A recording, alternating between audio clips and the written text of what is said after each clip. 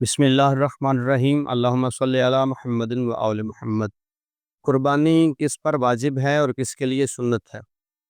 چونکہ آپ نے یہ بھی سنا ہوگا کہ قربانی واجب ہے اور یہ بھی سنا ہوگا کہ قربانی سنت ہے، تو پھر اب لوگ سوال یہ کر رہے ہیں کہ واجب کس پر پہ ہے اور سنت کس کے لیے ہے۔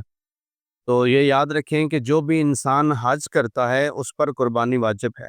جتنے بھی حاجی ہیں جو حج کے لیے گئے ہیں ان کے لیے قربانی واجب ہے، اور جو گھر میں ہیں باقی ساری دنیا میں جتنے بھی مسلمان ہیں ان کے لیے قربانی سنت ہے، بلکہ سنت موقدہ ہے جس کی بہت زیادہ تاکید کی گئی۔ تو امید ہے آپ سمجھ گئے ہوں گے کہ قربانی حاجی کے لیے واجب ہے اور جو حج کرنے کے لیے نہیں گئے ان کے لیے سنت ہے۔ تو سنت اس میں اتنا زیادہ اجر ہے، اتنا زیادہ ثواب ہے کہ ابھی قربانی کے جانور کا خون زمین پر نہیں آئے گا کہ اللہ قربانی کرنے والے کے سارے گناہ بخش دے گا۔ سبحان اللہ۔ تو قربانی کریں، سنت موقدہ ہے، اور اس کے ثواب سے استفادہ حاصل کریں۔ ہمیں دعاؤں میں یاد رکھیں۔